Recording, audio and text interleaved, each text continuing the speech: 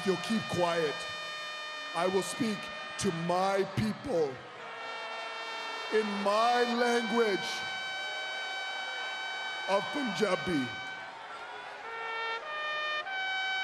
मैं पूरी दुनिया ਨੂੰ ਪਹਿਲਾਂ ਦੱਸ ਦਿੰਦਾ ਸੀਗਾ ਤੇ ਬੈਕਲੈਸ਼ ਤੇ ਰੈਂਡੀ ਔਰਟਨ ਹਾਰੂਗਾ ਤੇ ਜਿੰਦਰ ਮਹਾਲ ਬਣੂਗਾ WWE ਚੈਂਪੀਅਨ ਤੇ ਹੁਣ WWE ਦੇ ਵਿੱਚ ਰਾਜ ਕਰਦਾ ਹੈ ਰਾਜ ਜਿੰਦਰ ਮਹਾਲ ਮੈਂ ਕਿਹਾ ਰਾਜ ਕਰਦਾ ਹੈ ਰਾਜ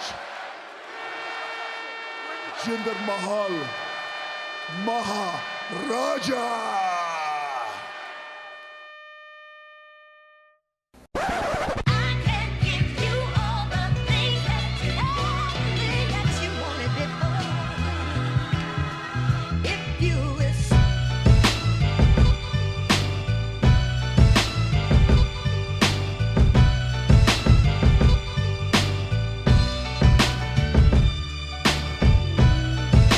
Welcome to Orsini's Uncensored Mind, and now your host, AJ Orsini.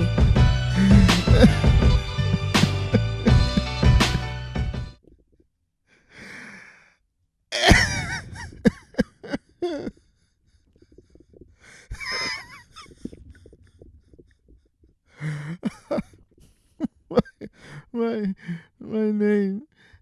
name is AJ Orsini. And this is the worst goddamn day of my life.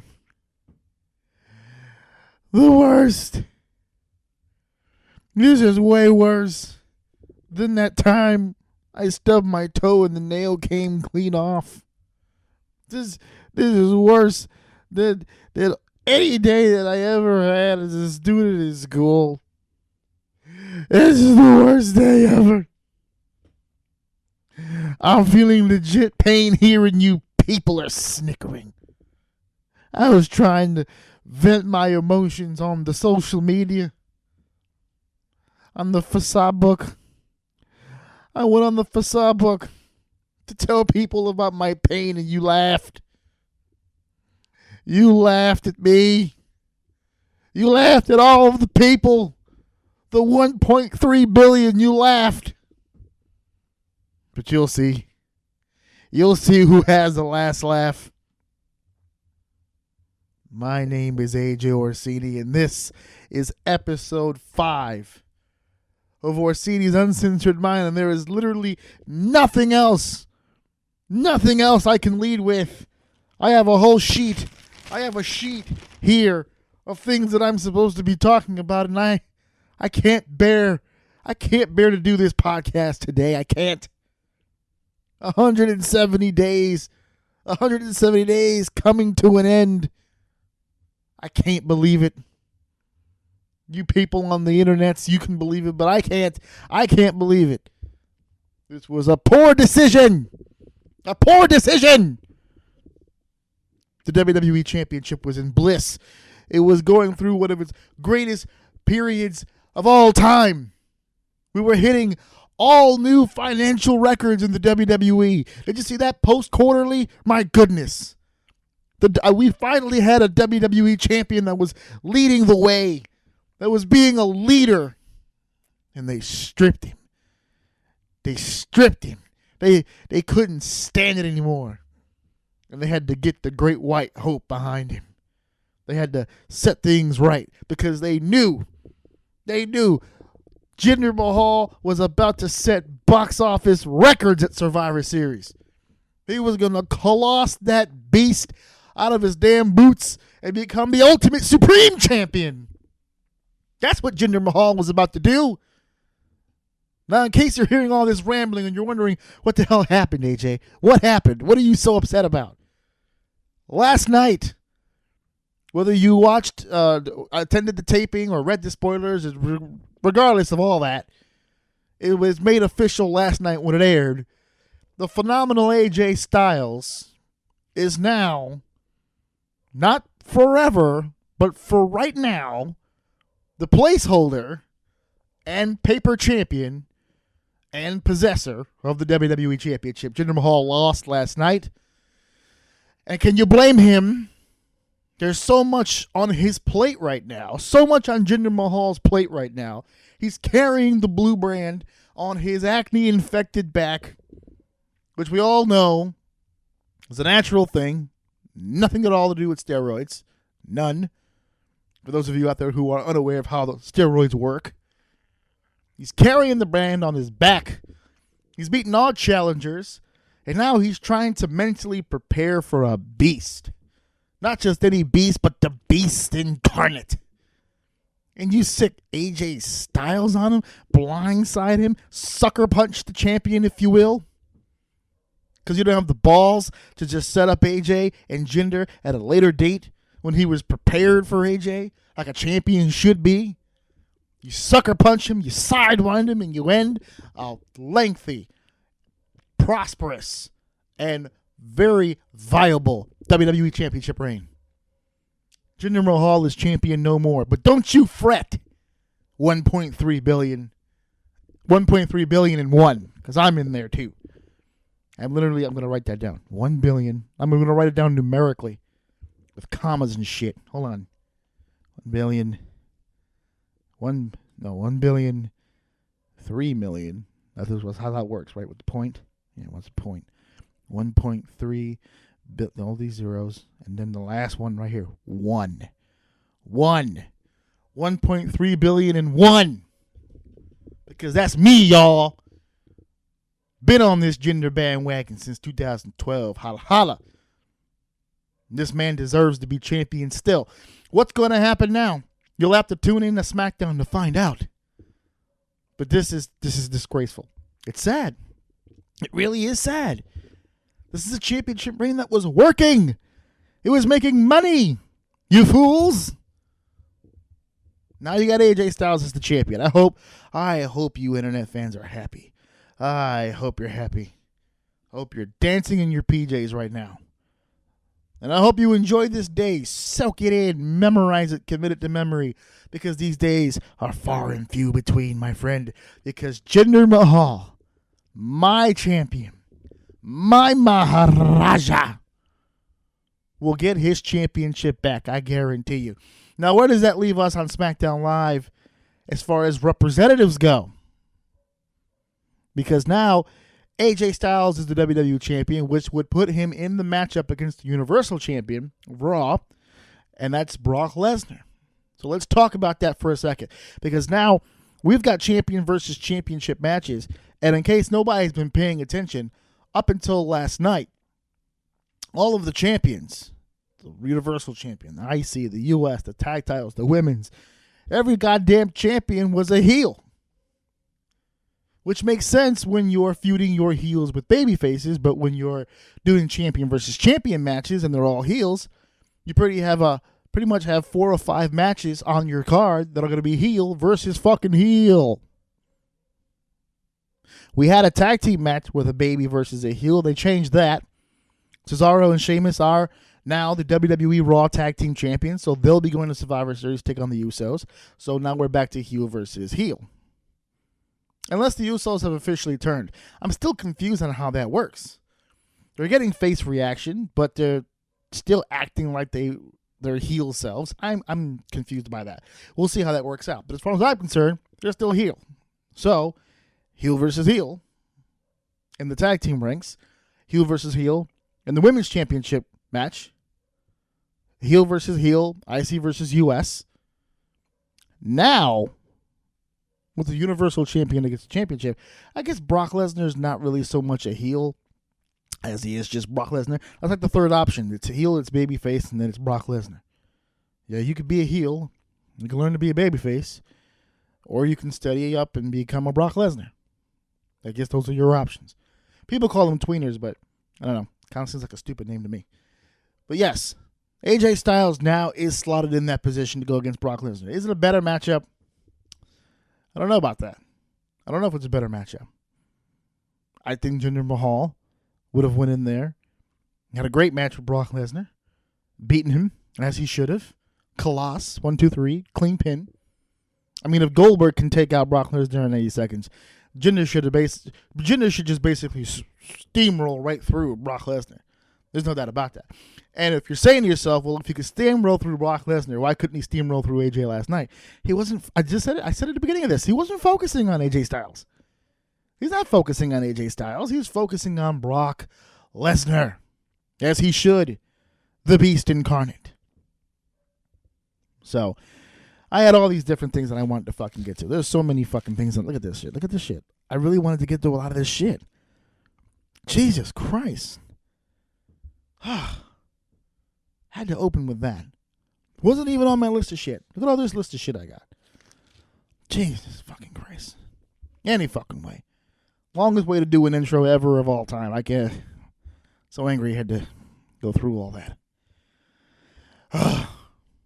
Frustration. Yeah, maybe it's my personal situation and I'm just venting. Yeah, my personal situation being that today, let me see, Saturday, Sunday, Monday, Tuesday, Wednesday. Today is day 5 of my 7-day run as Mr. Mom in my house. My wife is still away in Puerto Rico. The house is still standing. My son and I have enough food to last us an additional 2 days. At that point, we will probably be waving white flags out of the window and trying to text our next of kin to let them know what parts of the house will be theirs when we inevitably pass. So we're figuring this out. I miss my wife very much, and to not have my wife here, and to have Jinder Mahal lose the championship, shit day. What a shit day. What was that? That clip from MacGruber? Today is a fucking asshole of a day. That's what today is. So, yes, there are other things that I wanted to get to. Changing the format up a little bit here, of course. I'm always being fluid with this shit. Living and learning, trying to get to different things, trying to get to different topics. If you guys notice, on the last episode, I ran commercial free. I didn't have my usual commercials. And the reason for that is because I'd ran those commercials pretty much every episode. I have some other commercials that are on deck that are going to come up. I've been very fortunate to meet up with a few people as far as sponsorship goes, and getting their product out there and letting you guys know about that. Those old commercials will be coming back at some point. But I'm giving this another run with commercial free. I'm going to go straight through like I did before, see how this goes. If I'm finding it to be more fluid of a show without doing the actual commercials within the show and finding a time maybe before or after, I don't know. I'm trying to work this all out. I'm trying to get a formula down to see how I feel about how I'm going to be doing this in the future. I liked having the flow of just going straight up. I thought it was cool. That's why I kind of got hyped. And I had like 3 or 4 major points that I went over last time with the Halloween stuff. And this time around, just so much shit happened this fucking week that I was kind of cutting shit out. I was like, there's just been so much shit going on in this goddamn place that there was several things I needed to get to. So I'm gonna go ahead and get into those things. The one topic that I feel like I have to hit because it's a respect factor, but I'm gonna preface it by saying that I'm just getting sick and tired of this bullshit. And the bullshit being, for those of you who are living under a rock, I know that's the second time I've used that euphemism in this show, but I don't care. Texas. There was another mass shooting, this time in Texas. It just feels like, I mean, the last episode, I took a minute to talk about the truck driver in Lower Manhattan. I distinctly remember doing the Las Vegas shooter, I think episode 2. It just seems, I've only been doing this for 5 weeks, and in the 5 weeks, it just seems like the death toll is just climbing every other fucking week. So I don't want to disrespect the families of those who have lost loved ones in this situation. I really feel terrible about it. I really do. But I only have an hour per episode, and I can't keep dedicating so much time to all this tragedy. Like, I don't know, it just keeps, I don't want to say it's bringing the vibe of the show down, but at the same time, it's like, is it me, or just it's like every week there's another tragedy? You know, Las Vegas was another situation, 50 plus dead, 500 plus injured. The truck driver situation in Manhattan wasn't a high casualty count, but the fact that it was a terrorist situation in Lower Manhattan, mere blocks away from where 9/11 took place. I mean, it was a very symbolic situation. And now here we take ourselves to First Baptist Church in Texas, and a gentleman who is just disturbed as fuck and has been disturbed as fuck for quite a while. Apparently, this isn't news to people that he was a sick fuck.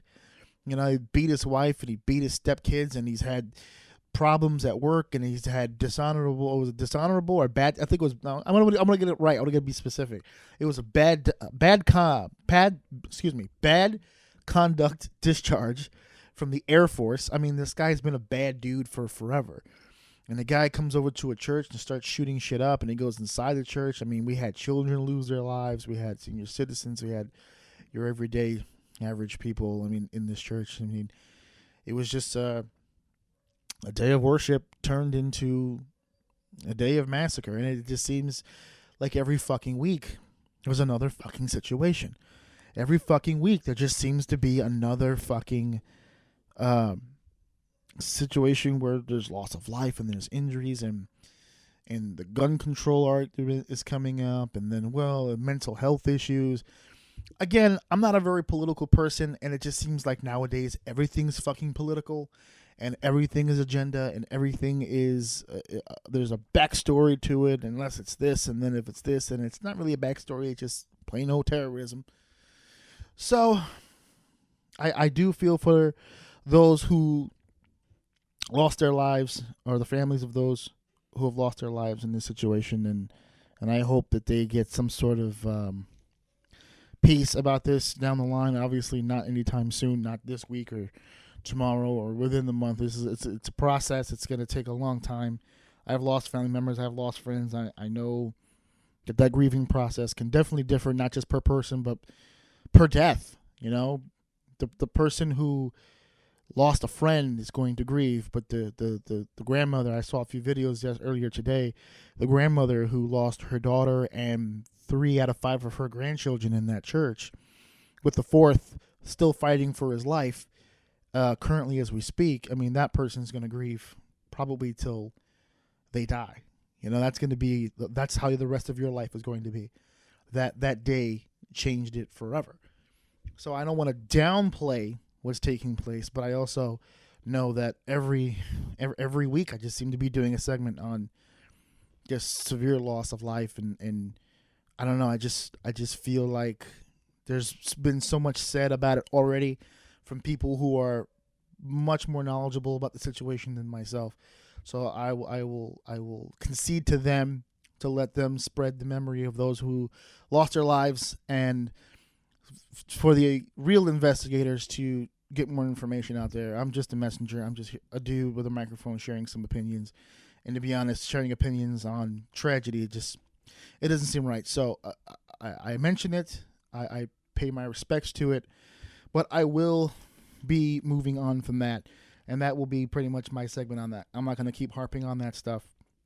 I mean, at this point, it's just copy and paste. Human beings are disgusting. I've always said that. I will always say that till I die. I'm not a optimist when it comes to humanity. I'm definitely a pessimist. Always have been. And for every time somebody tells me, well, you shouldn't feel that way, well, hold your breath, because next week something else is going to happen. And this is like my 5th week doing a podcast, and it's like the 3rd week now where I've had to talk about some sort of tragic situation. So that's where I stand on that. Thank you for letting me get that out. And let's get to some other shit, because I have a whole laundry list of shit here that I definitely want to fucking talk about. And I'm going to start off with the sports world, more specifically the fucking NFL, because the NFL kind of stepped into my realm. AJ Green, no relation, I was on the AJ part. AJ Green, who's the wide receiver of Cincinnati Bengals, decided he wanted to test out his pro wrestling skills on the field. Not entirely sure if you guys saw this on Sunday. So AJ Green he's the wide receiver. I said it already. He's the wide receiver for the Cincinnati Bengals, and obviously, if you're a wide receiver, you're being defended by a cornerback. So Cincinnati was playing the Jacksonville Jaguars, and they had a cornerback by the name of Jalen Ramsey, who apparently has a reputation of being kind of a chirpy, talky kind of fucking player. Like, he's gonna get in your fucking head. He's gonna yap all fucking game, and apparently, he's got this reputation. Well, on the other side, AJ Green has a reputation of always kind of being a calm, cool, collected player. You really can't get into his head. You know, he's really a mature individual. Like, you would think that these two would kind of like, it would be a decent matchup. He's going to talk shit. The other guy's not really going to go for it. And it's just going to be a real physical game. Well, guess what? Jalen did get into his head. He did chirp. And AJ Green wasn't having that shit. And this fucking guy actually went for a fucking sleeper hold, a legit fucking chin lock, pulls the fucking guy to the ground and starts punching his fucking helmet. It was awesome, bro. It was fucking great. Like, if you could fucking YouTube it right now. I YouTubed it earlier. Like, I heard about it over the weekend. But I knew that I only saw like a few clips of it on SportsCenter, and I knew I wanted to fucking talk about it on the podcast. So I YouTubed like the full clip. I wanted to see it from like formation down to the actual fucking fight. And you could hear the commentators explain it, that they've been chirping and been real talky like all fucking game, and eventually it just fucking exploded. So Adrian Green just fucking sleeper holds this kid, fucking goes for the side headlock takedown, and then just fucking starts wailing on this fucking guy. And then here come the players. Everyone's trying to break it up. They're running in with spears, trying to get each other. It was a fucking mess. A fucking mess. A good mess, though. I fucking loved it. I fucking had a great time watching it. I know it shouldn't happen all the time, but man, every now and then a good fucking football fight's great. For a sport as physical as football, we don't get enough fucking fights. Like hockey, we kind of anticipated. Baseball has like a full fucking cleared dugout look, like it's a brawl. You know, I'm not really looking for a brawl. I'd love to see two physical specimens just fucking fight, like two wrestlers, but football players. So these fucking guys went at it. For those of you keeping score at home, the Cincinnati Bengals and the Jaguars, the final score of that game, 23-7. Jaguars won. 40 minutes of possession. I mean, they had the ball for like four fucking ever. Led in every statistical category. The Jaguars just put a fucking thumping on the Cincinnati Bengals, which is probably what contributed to AJ Green finally saying, fuck it, I can't do this anymore, and just snapping on the fucking guy. But yeah, so the Jaguars walked away with the win. The Jaguars are actually looking pretty good this year. They've been perennial bitches for forever. So I'm glad all that losing counted for something. Good draft picks. They got young. They got tough. And they're playing great. If this kid, Jalen Ramsey, can keep his fucking head on straight, it actually might be a decent player down the line. Because AJ Green's no fucking joke, guys. A Pro Bowl level athlete. So the fact that he can get into his head to the point where AJ... Now, they were both ejected. I should actually say that, too. I should preface all that by saying he was ejected as well. So it wasn't like Jalen talked and then nothing happened. Like he provoked this fight and then got his ass kicked and then he just went back on the field. They were both held responsible for their actions and eventually both ejected. And speaking of ejection, okay, we're going to go from the gridiron to the hardwood here. I'm going to switch over to the NBA real quick because... again, for those of you who do not follow the NBA, as a New Yorker, and I know most of my audience right now is probably from the New York area, Carmelo Anthony, no longer a New York Knick. Everyone knows that part. He got traded to the Oklahoma City. Everyone knows that part. What you probably don't know, unless you were watching just the other day, matter of fact, it happened almost at the 5th, so about, 3 days ago? So the Oklahoma City Thunder are in Portland, Oregon. They're playing the Portland Trailblazers, and Carmelo Anthony is taking the ball to the hoop. And a gentleman by the name of Joseph Nurkic? I'm going to go with Nurkic because it sounds awesome. All right? Nurkic goes up for the block. He meets him up at the top by the rim. Fucking Carmelo throws his elbows out. They all tumble to the ground. Carmelo actually makes the fucking bucket. But Nurkic is on the fucking ground holding his face like he got big booted, square in his fucking mouth. And the whistles get blown. Referees are looking over the instant replays. They call 2 flagrant fouls on Carmelo and the guy's fucking gone. Now, by the tone in my voice, I'm hoping I'm letting you know that that was shocking to me. Shocking to me because I've been playing ball for a long fucking time. And while it was a very aggressive fucking drive to the basket, at best, 1 flagrant. I mean, he did throw his fucking elbows out, but we don't know that he was throwing them out defensively or with intent to hurt. We don't know what the intention was because it wasn't like Melo was looking directly at this guy and just fucking gave him 2 Mongolian elbows. I'm throwing in Mongolian because of the chop. I don't know if you do dual elbows, if it's called Mongolian elbows. but I'm calling them Mongolian elbows right now. And that's what he did. They gave him 2 fucking elbows, bing, bang, boom, down Nurkic went, down he went. And they called 2 flagrants on this fucking kid and ejected him from the fucking game. Now, foul notwithstanding, I find it ironic because when I originally saw the play, all I saw was the collision. I didn't get to see the full play, court right side to left side. So I decided, you know what, I'm going to watch the full thing.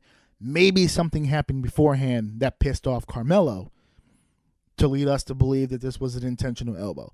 Maybe that's that. I thought maybe that's what I was missing. Maybe the reason why they went to 2 straight flagrants is because he'd been fucking with the kid all game and finally took it too far. So I'm watching the play. Nothing. Carmelo brings the ball down. All right, isolation like he always does because he's Carmelo Anthony. And believe it or not, there was a reach on Carmelo Anthony, and Carmelo basically essentially got slapped in the fucking face. No whistle. Carmelo got fucking slapped in the face for real. Like, not for joke. Like, not like he grazed him or he did like a slap-like motion. No, he slapped him in his face. Like, to the point where mid-dribble, like, Carmelo had to literally use his hand to rearrange his face. Okay? No whistle. Carmelo takes him left, goes to the basket, jumps up, and that's where Nurkic jumped up with him, caught the double, the Mongolian elbows, and proceeded to channel his inner LeBron and basically gave the floor a frog splash from the contact. And boom, 2 flagrants and Carmelo was out. Shocked. And then disgusted because the call was shocking. Like, if that's your initial call, that's shocking to me. But to go to the replay, to go to the screens, like all the refs together as a collective watching this play and coming back out and saying, not 2 flagrants, he's done, he's out. Whew. And I get asked all the time from my friends. It's like, you ball all the time. You're a longtime fan. Do you still get into it? Do you still watch it? No, not really. I don't, because I can't get into this shit. I grew up on the 90s Knicks, baby. Like, we would take sledgehammers to your fucking hips if you drove to the basket. We was handing out Tanya Harding beatings all day. You wasn't coming into the paint against the New York Knickerbockers in the 90s. Nah. So, like, with the hand checking being gone and just the way that the whole game is set up right now, shit like this. I mean, this is why I wanted to talk about it, because it was like, what a bitch call. And I'm not one of those people that likes to talk about referees. For the most part, I don't really give a shit what referees do. If a game comes down to a referee call, you played a shitty game. If a score is 100-100, and I could have scored that bucket, but the ref called a foul on me and we lost, hey, maybe you should have scored 20 more points earlier in the game. I'm not a big proponent of arguing with referees, but that was stupid. That was fucking dumb. I don't know what the fuck they were thinking. Yeah, so I wanted to talk about that, get my feelings out on that, because that was just that's trash. That is straight basura. That's garbage. Hot garbage. That was a terrible fucking play. And I'm not even a Carmelo fan. I respect him, and I hope he does well in Oklahoma City. And that was a bullshit play. Bullshit. Didn't like that at all. And that's the NBA there. I'm still in sports, folks. We're gonna transition to the next thing. There's a couple things. I'm gonna get deeper.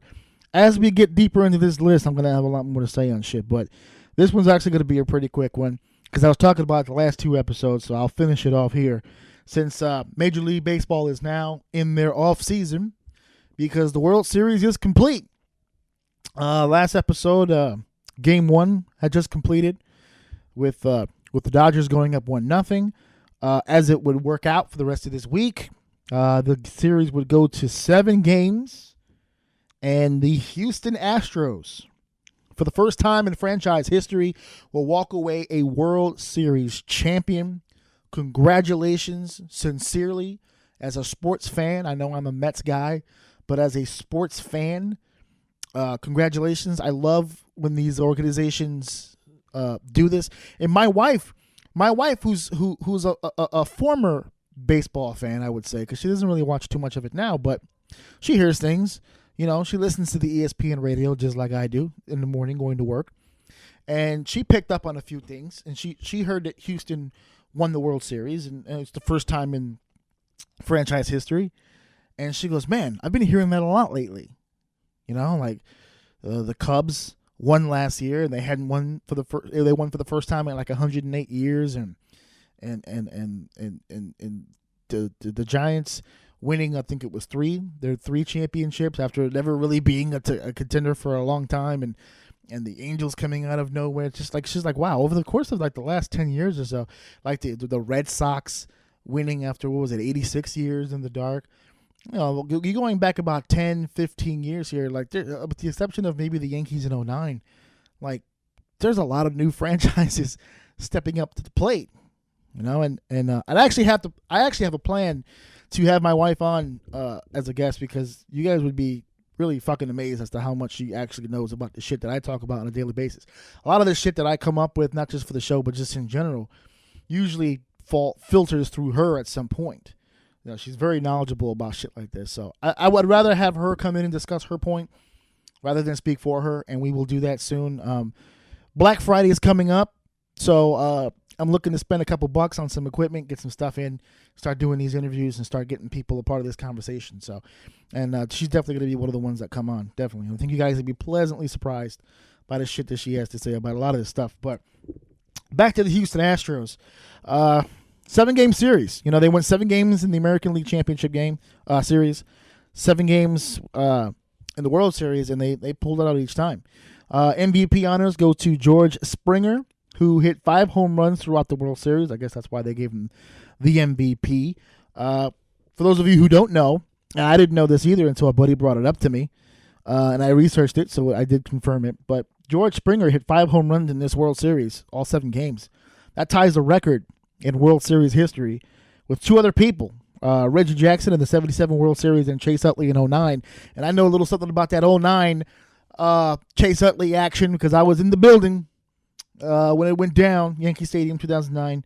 I worked all those games, so I remember Chase Utley popping him out and basically pissing off so many Yankee fans that particular year. And speaking of the Phillies and my history with them, which is very limited, I basically attended games as a staff member. But as early as yesterday, I believe it was yesterday, Major League Baseball took a huge hit.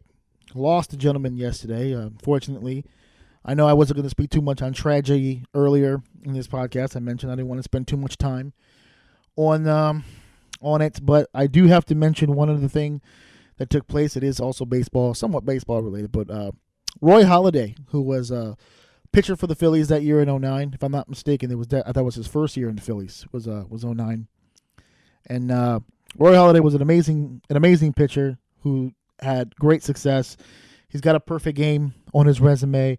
So this is the guy who made his postseason debut in 2010. Actually, that makes more sense. Halladay must have debuted in 2010 then with the Phillies. Oh, you know what it is? I was confusing him with Cole Hamels.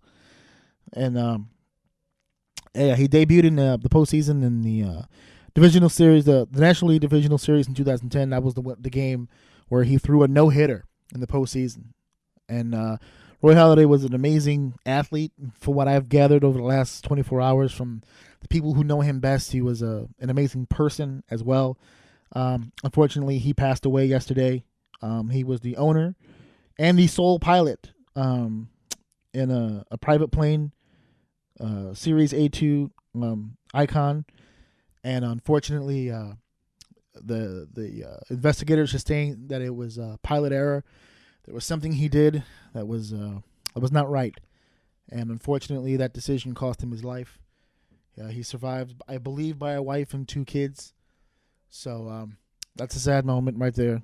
We lost a good guy that a lot of people respected, not just as the athlete but as the man. So I wanted to put that out there for anybody who did not know, because this happened. It literally happened late yesterday.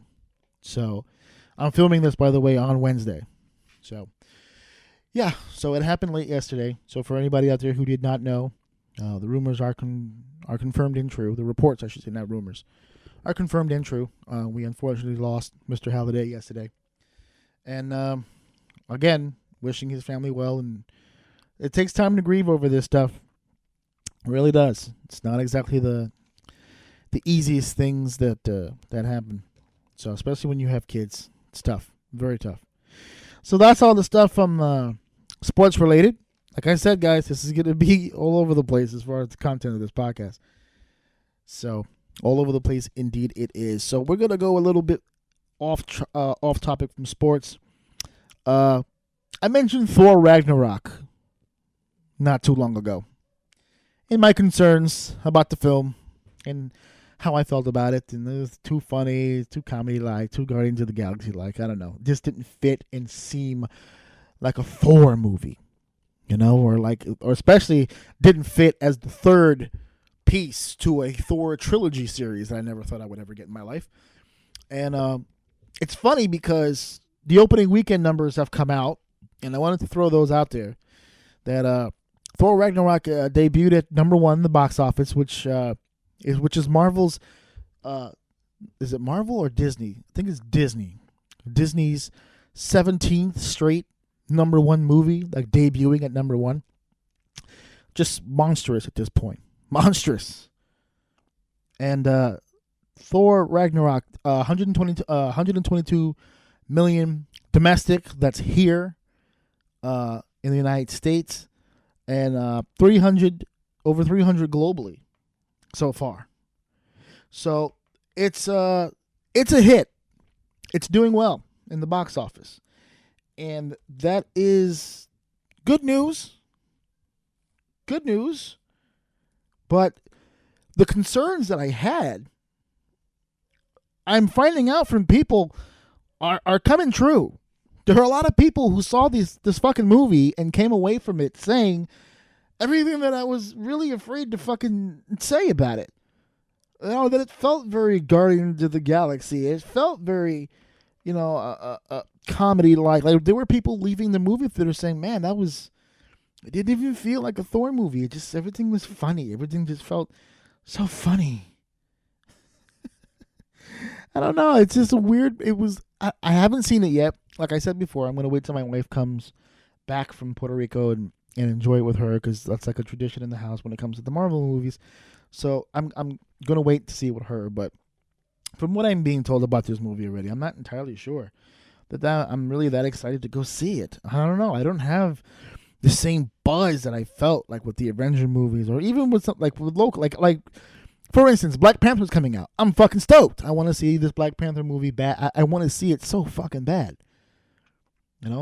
I haven't seen anything about Captain Marvel, and I really want to see that movie really fucking bad. So there's a lot going on with that, and I don't know. I have my doubts. Maybe you guys can convince me otherwise, but I have my doubts. And speaking of Marvel movies, there's been some stuff going around concerning Disney and 21st Century Fox. I wanted to talk about this for a quick second because it seems like every one of you motherfuckers have your head up your ass. You really do. You're free to be fans, and you're free to wish and pray and all kinds of other shit about the dream situations. A lot of people like to talk about the dream situations. Well, if Disney owns Marvel and then they buy Fox, we'll be able to finally get all those little things we've been asking for. Like a decent Fantastic Four movie, or an X-Men Avengers crossover movie, or whatever the fuck you guys were coming up with when you came up with this idea that it would for some reason be good for Disney to buy Fox. If that is your only reason for being interested in Disney buying Fox, the possibility of perhaps maybe getting a crossover film between the Avengers and X-Men, if that's the only reason you're good with this, then you really have no idea what's happening here. Okay? Disney owns practically fucking everything of fucking worth right now. Not just the Marvel lines. First of all, they still have the animated film industry on fucking lock. No one comes close. And that was what made them billionaires before the Marvel deal. Then we have the fucking Marvel deal, which I just told you was another #1 box office debut, which basically resurrected the movie industry right now because no one went to the fucking movies in October. Look those fucking numbers up. They will startle you. No one. It was like people forgot movie theaters existed in fucking October. Like people who work at movie theaters forgot they had a job in October. No one went to the fucking movie theaters. The movie theater people didn't pay their fucking rent. The people who accept their rent forgot to even collect it. It was an afterthought. Movie theaters were like the way of the VCR in October. It was gone. It was over. And then Thor came out, and all of a sudden everyone's back in the theaters with their overpriced popcorns and their watered-down sodas. The Marvel Cinematic Universe, anyway, belongs to Disney. Disney bought a bunch of other shit. Not just the animated movies, not just Marvel. The fucking Star Wars franchise is owned by fucking Disney. Disney owns fucking everything. And not just the fucking movie rights, the merch rights, the getting cuts off of anything as far as sales. I mean, they have their hands in fucking everything. When the guy running Disney trips and falls, he has his fall broken every single time, but his nice, fat, cushiony wallet. Every time. And you want Disney to own more. You want them to own most of Fox's assets, because that's another piece of the puzzle, folks. Disney can't own all of Fox. It's a conflict of interest. There's too much stuff with the news-related stuff and the sports-related stuff. There's too much moving on. Disney owns. Yeah, you want to talk about more shit they own? How about ESPN? ESPN. Yes, that ESPN. They own that shit. So what? They got to go and buy Fox Sports too? You can't do it. You can't do it. And you shouldn't want them to do it. There's so many different things. There's other things at the FX station, National Geographic. There's so much going on with Fox. And for Disney to be a proprietor of that, I mean, come fucking on. It's going to get to a point where you're not going to be able to have anything without a fucking Mickey Mouse logo on it. You guys want them to own more shit?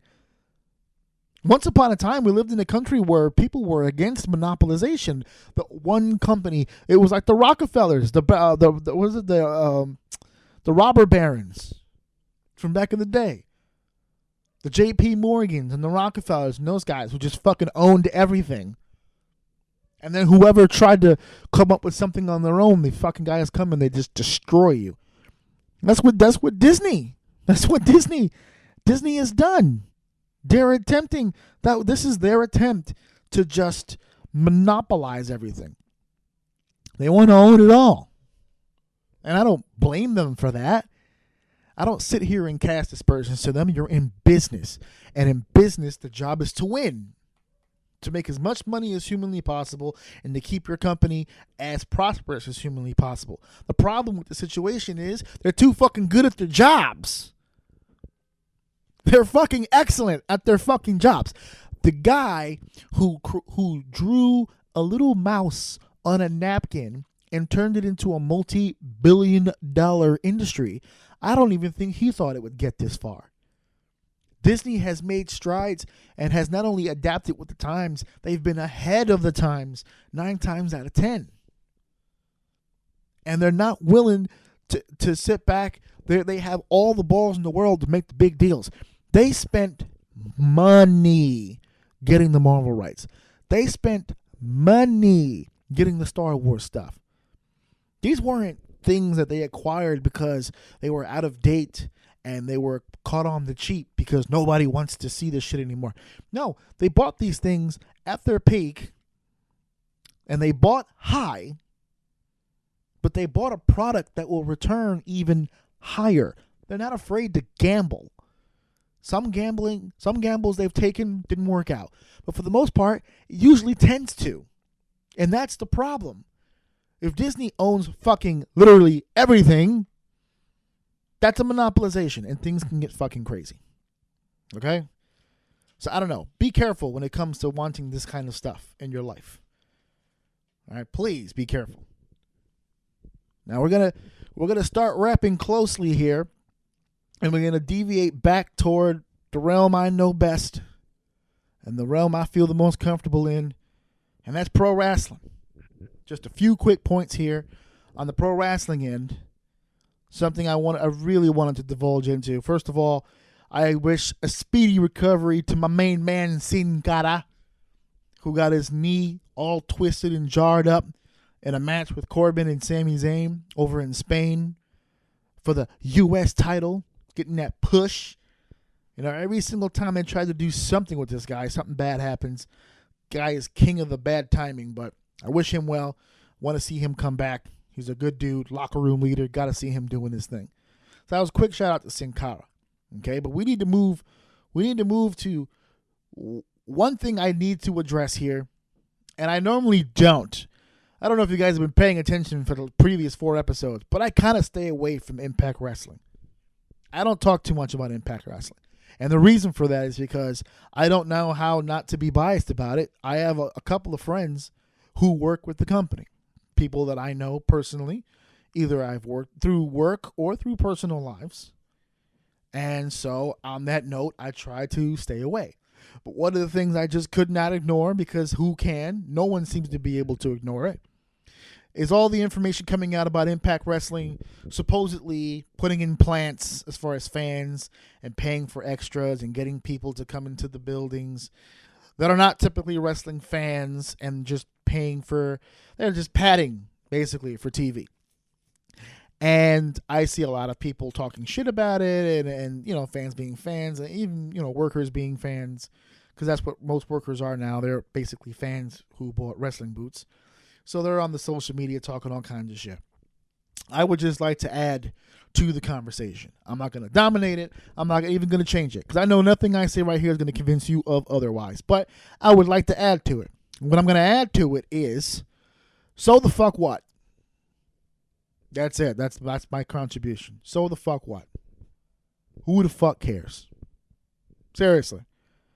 What does it fucking matter? Now, if you're a worker, if you're a wrestler, or even worse, because we've had some situations where referees as well.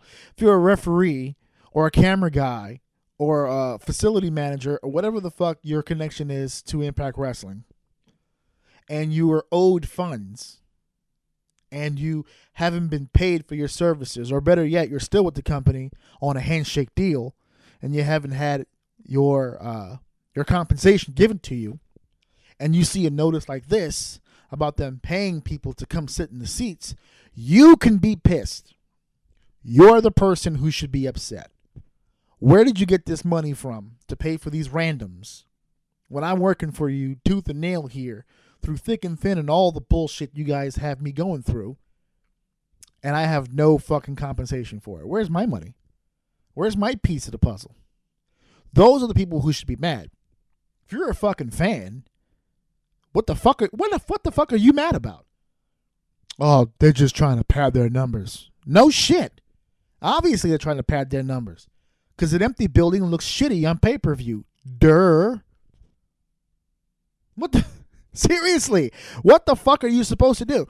If you put on an event that doesn't sell well, but you have the ability to still fill the seats, you may take a hit, but at least the product will look good on pay-per-view. Who the fuck would not do that? Who the fuck who owns a business and says, well, I didn't really meet the quota I'm trying to meet, so fuck it. I'm just going to sit here and take that 0 and go about my life. I have 200 seats. I only filled 50 of it. Oh, well, let's leave 150 seats open because I don't want to look fake. I don't want to look like I tried too hard. No, you're just going to look like an ass. That's why. And this is coming from someone who saw the pay-per-view. I watched Bound for Glory. Bell to bell. Beginning to end. I saw Bound for Glory. That was not a bad show. And it did not look like a shitty show, for that matter. And if you weren't paying attention, they didn't really go out of their way to try to hide sections of that building. For everyone giving them shit that it was an airport hangar, yeah, they showcased that. All the shit in the background, They were showing the audience from different angles. Santana going up on the staging brought the lights and notice all the way up there to the rigging, everything. They didn't hide.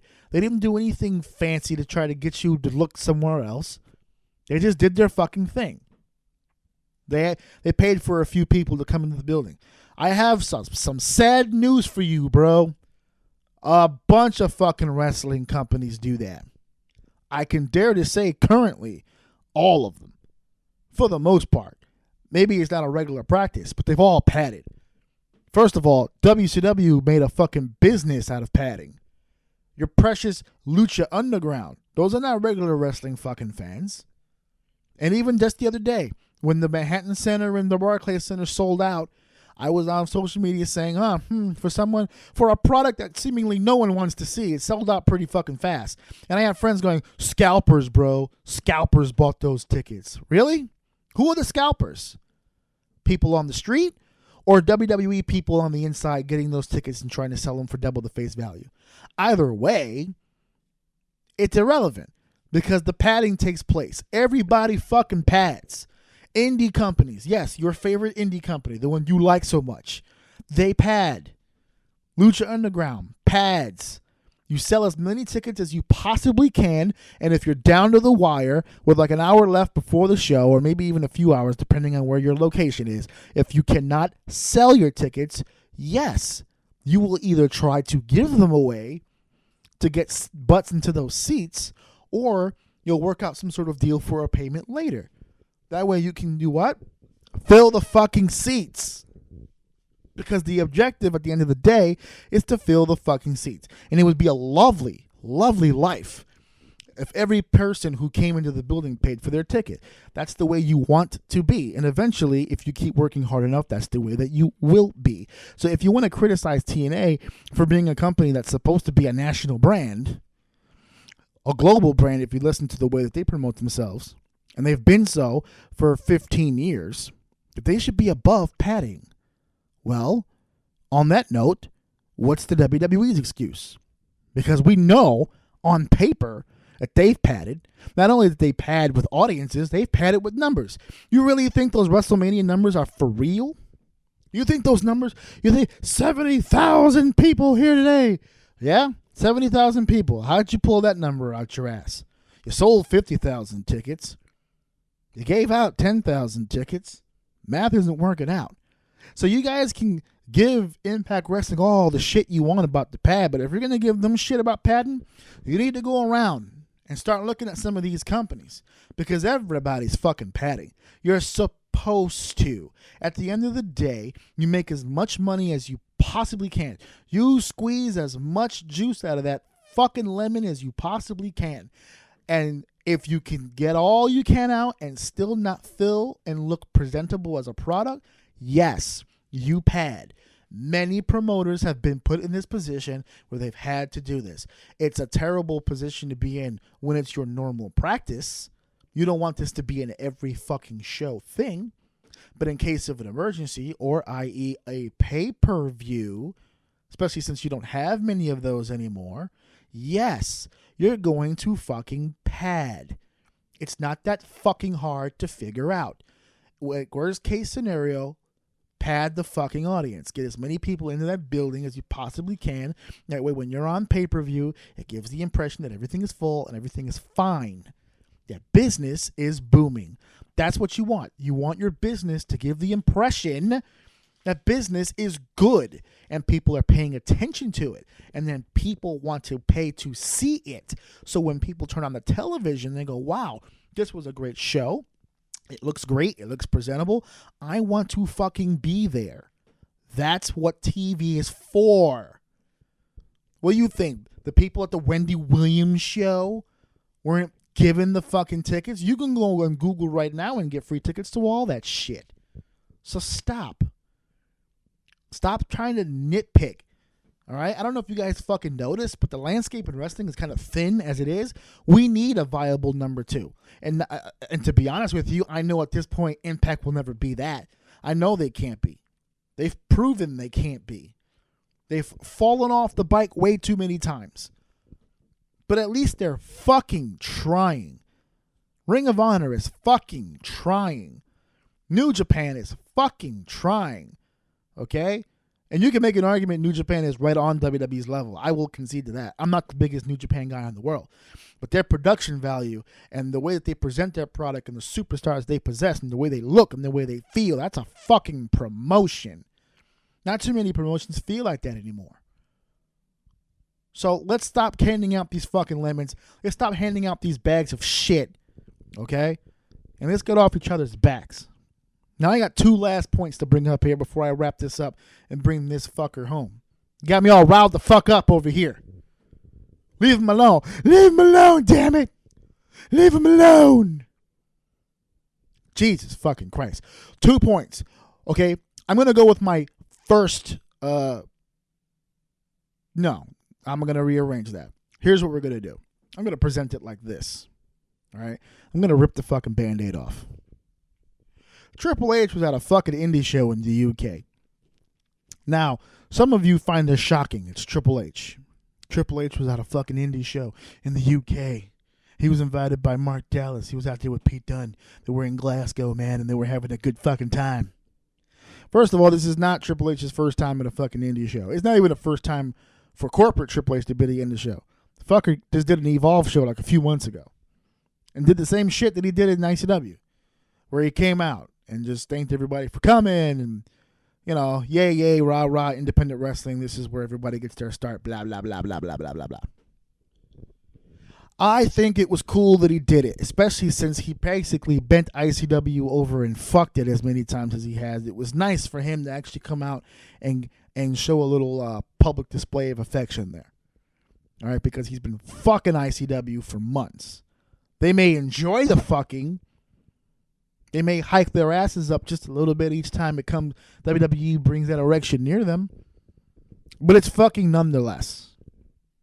The way that they've used the UK talent is fucking disgusting. It's to the point where they hired these guys specifically so that they wouldn't be special anywhere else. It's like they're ICW or they're WWE, and then that's about it. Now, these guys still do indie shows. They just Pete Dunne was in New York not too long ago. Okay? They're still doing indie shows, but they're signing these guys and then just putting them on the heat. All right? And then he just keeps the temperature warm. You know, he does these little things where he'll put like he did at the TakeOver. They were a throw on. That UK tag match was a throw on. And then we have the fact that WWE's on the road on tour, so they were already fucking there. It wasn't like it was a fucking surprise. He's already been public with the fact that WWE has a relationship with ICW. They happen to be in Glasgow. And Glasgow, they were running a show. It all makes fucking sense to me. So I don't know what the big fuss was, personally. He's done this shtick before. It's the same bullshit. He goes to the indie fans and he fucking says, "Oh, I fucking love the indies, bro. I fucking love them. I've loved them for years. I used to sit in these seats and say, man, this is the coolest shit I've ever said." Fuck off. I know that everybody else is enjoying the NXT product. I enjoy it too, but I will never fucking buy into the fact that all of a sudden he's had a complete 180 change of heart when it comes to the indies. I don't fucking buy it. Okay? He sees dollar signs and he's working this shit like a fucking magician. That I'll give him credit for. Because that's fucking, it's an awesome way to do that. And it puts my favorite indie guys on my television every week. So even though he's doing it for a douche fucking reason, he's at least doing it. So I'll give him that. Okay, but I'm not going to give him a sticker, a cookie, and an extra glass of milk because he showed up at an indie show for a company he's been fucking for months. So, no, not that impressed. What did impress, because the Triple H at ICW thing, I think, would have been the headline of the fucking week, had a special someone not arrived via satellite or on a vignette tape at a New Japan show. Again, I'm going to rip the fucking Band-Aid off on this one. Chris Jericho returning to the Tokyo Dome against the cleaner Kenny Omega. I am not the biggest Kenny Omega fan, but I will tell you he's an amazing athlete, and this guy can put on a match like nobody's fucking business. Him and Chris Jericho sounds like a great fucking match. And I think it would have been a great fucking match had it happened in a WWE ring. You know, where you can slow down, where you can tell a story, where you can work gimmick. That's where Jericho excels at this stage in his career. The days of Jericho going out there for 45 minutes and going move for move with the top star in the Fed, I don't know if that's what I don't know if that's where we are today. Especially with Kenny Omega. Kenny Omega can fucking go, bro. Kenny Omega is for real. And there's a reason why we've been calling him Grandpa Jericho for the last 2 years or so. He had a great run with Kev. He had some great matches along the way with AJ. I mean, I hope he's not really feeling himself here. Okay? Kenny's no joke. And Jericho, especially in a New Japan ring, Jericho's going to have to fucking bring it. Now, I'm going to give him the benefit of the doubt. I don't think he would have taken this match to embarrass himself. But at the same time, will he be able to keep up? I don't know. But we'll all be able to find out by going to New Japan Pro Wrestling World and finding out. January 4th, Wrestle Kingdom 12. That's going to be an amazing show. Now, I'm not a big New Japan guy. I gave it a fair shot. I think it was Wrestle Kingdom 9. You know, I sat through Wrestle Kingdom 9. I say sat through because, Jesus Christ, it felt like forever. Now, I know WrestleMania also felt like forever, and I'm a WrestleMania guy. But I will concede to the fact that it took forever and it took too damn long. Wrestle Kingdom takes a long goddamn time. There's so many fucking matches at Wrestle Kingdom. It's really hard to just sit there and fucking commit, for me anyway, to a whole fucking Wrestle Kingdom show. Especially since in every Wrestle Kingdom show, the first 2 matches burn you the fuck out anyway. It's going to be 2 20-man tags where they're going to be everyone's going to break tables and go through the ropes and all kinds of stupid shit. And then they're going to give you a technical masterpiece in match 3. I'm not big on it. But even I have to admit, like, I haven't seen a Wrestle Kingdom since 9. Even Okada and Omega didn't get me to sit down and watch Wrestle Kingdom. I want to watch this show. And that's a credit to Chris. That is a credit to him. Not I shouldn't just say Chris. The matchup does intrigue me. Chris versus Kenny. You know, Alpha versus Omega. Jericho versus Kenny. Like, the parameters of that. Like, the way that this is being built thus far. Even though it's been very little so far. You know, Jericho had his video. Kenny's done some press conferences where he's discussed the matchup. So they've been promoting this pretty well. You know? So I'm going to give it the benefit of the doubt. I'm going to get into this. I'm going to give it a good shot. And I suggest everyone does as well. Like I said earlier, we need more viable options. The WWE absolutely, positively cannot be the only option we have. We need more options. We need more choices. Yes, I know the market is flooded as it is, but if we can just get rid of less quantity and start producing more quality, we will be in a good place in this business. And New Japan definitely, even though I'm not its biggest fan, I can admit is high quality performance. New Japan always brings it. So they already have Okada versus Naito for the IWGP World Championship. And now we've got the IWGP United States Championship on the line with Kenny Omega defending against Chris fucking Jericho. And I'm not even going to touch the Mania rumors. I will save that as we get closer. Hopefully within the week, we will hear more on those. And by Mania rumors, of course, I mean that they're working out some sort of deal for a rematch at WrestleMania. That would be interesting. Definitely if Kenny was... It would be more interesting to me if Kenny was still a New Japan contracted wrestler than if he signed to WWE. Because then now we're having some sort of brand touch, and that to me sounds more useful than a feud in New Japan just to get Kenny over so that he can sign with the WWE. That's just me. I would love to keep him a New Japan guy at WrestleMania because I don't know how many... Have we ever had a New Japan guy like contracted to New Japan at WrestleMania? It's an interesting question. A damn interesting question. I might have to look that up myself. I just thought of that right now. So that is all the things that I wanted to talk about here. I got through a lot. That was a pretty good hour spent, I guess. Like I said, Black Friday is coming up. My real November holiday is Black Friday. And hopefully during Black Friday, I'll be able to get some more stuff going here, equipment-wise, so I can get some more voices on the show and give you guys a much better and well-rounded product. I hit a lot of points feel free to come at me, bro, and see where you land and your opinions on this. You know, my opinion matters to me, but so does yours. And I would love to hear you guys give me some sort of feedback. Again, if you guys want to comment or send any questions or anything about the show, please feel free to email me at ajorsini96host@gmail.com, or you can just message me on Facebook. One or the other. All right. So this was episode 5. You guys are totally going to regret shitting on Jinder Mahal. You're really going to regret that. And we're going to make sure you regret that. My Maharaja will rise again. Please listen to my daddy show.